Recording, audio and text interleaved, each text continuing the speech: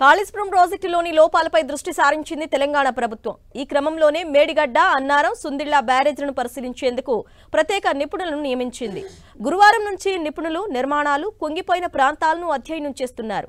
ప్రాజెక్టులోని లోపాలను గుర్తించేందుకు electrical resistive టెస్టులు నిర్వహిస్తున్నారు.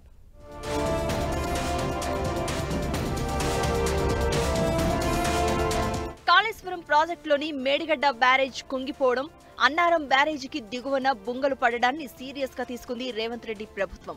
ఈ క్రమంలోనే మేడిగడ్డ, అన్నారం, సుందిళ్ల బ్యారేజీల బ్యాక్ వాటర్ తొలగించి నిశితంగా అధ్యయనం చేయాలని నేషనల్ డ్యామ్ సేఫ్టీ అథారిటీ సూచించింది. అయితే ఈ బ్యారేజీల నిర్మాణంలో జరిగిన తప్పిదాలను గుర్తించేందుకు తెలంగాణ ప్రభుత్వం కూడా అవసరమైన చర్యలు ప్రారంభించింది.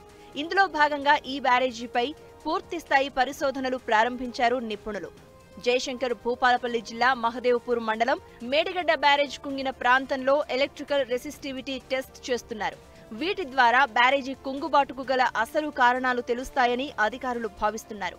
ఈ పరిశోధనల బాధ్యతలను ఓ ప్రైవేట్ సంస్థకు అప్పగించింది నిర్మాణ సంస్థ L&T. ప్రతి పిల్లర్ను, బేస్ ప్రాంతాన్ని స్కానింగ్ చేసి ఎక్స్రే ఫిల్మ్ రూపంలో రికార్డ్ చేసిన తర్వాత లోపాలపై సంపూర్ణ అధ్యయనం చేసే అవకాశం ఉంటుందని భావిస్తున్నారు.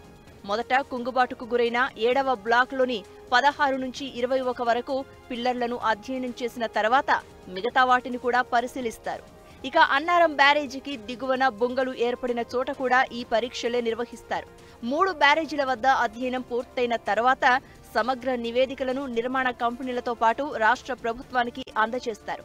ఆ తర్వాత బ్యారేజీల పునరుద్ధరణకు సంబంధించి ఎలాంటి చర్యలు తీసుకోవాలో నిర్ణయించనుంది ప్రభుత్వం.